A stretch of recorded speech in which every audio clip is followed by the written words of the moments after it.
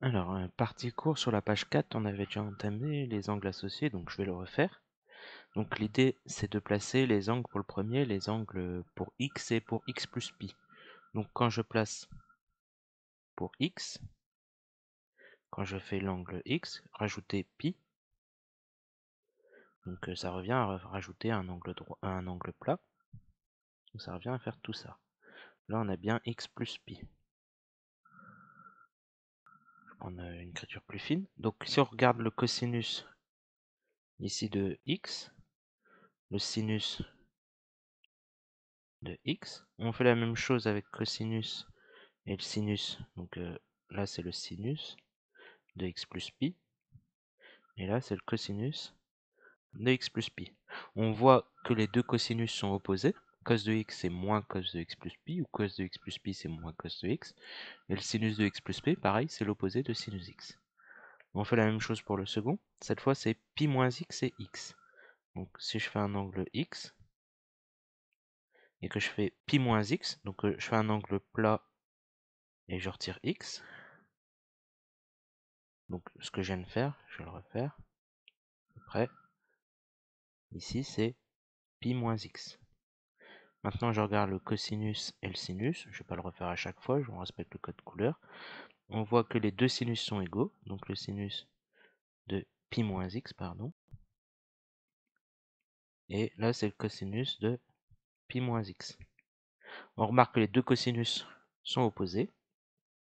Par contre que les deux sinus sont égaux. Donc là le mieux c'est de prendre de la couleur pour bien mettre en évidence tout ça. On fait la même chose avec x plus pi sur 2. Donc je refais mon x.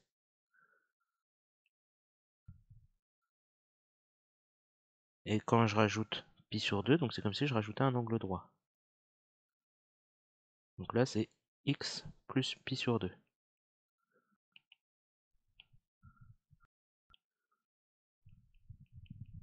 Quand je regarde maintenant le cosinus de x, en rouge, là c'est le sinus. Et maintenant quand je regarde le cosinus de x plus pi sur 2, et là c'est le sinus de x plus pi sur 2, je remarque quoi? Alors c'est un peu plus compliqué, hein, ici vous remarquez que la distance ici c'est pareil que celle-ci. Ça veut dire qu'il y a un lien entre cos et sinus avec quand on rajoute pi sur 2. Le cos de x plus pi sur 2 est négatif ici, et le sinus de x est positif. Autrement dit, ils sont opposés. Ce qui explique la première formule. Cos de pi sur 2 plus x, ou x plus pi sur 2, hein, c'est pareil.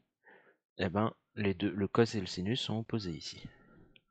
Par contre, quand on regarde le sinus de x plus pi sur 2, on remarque que c'est la même chose que le cosinus.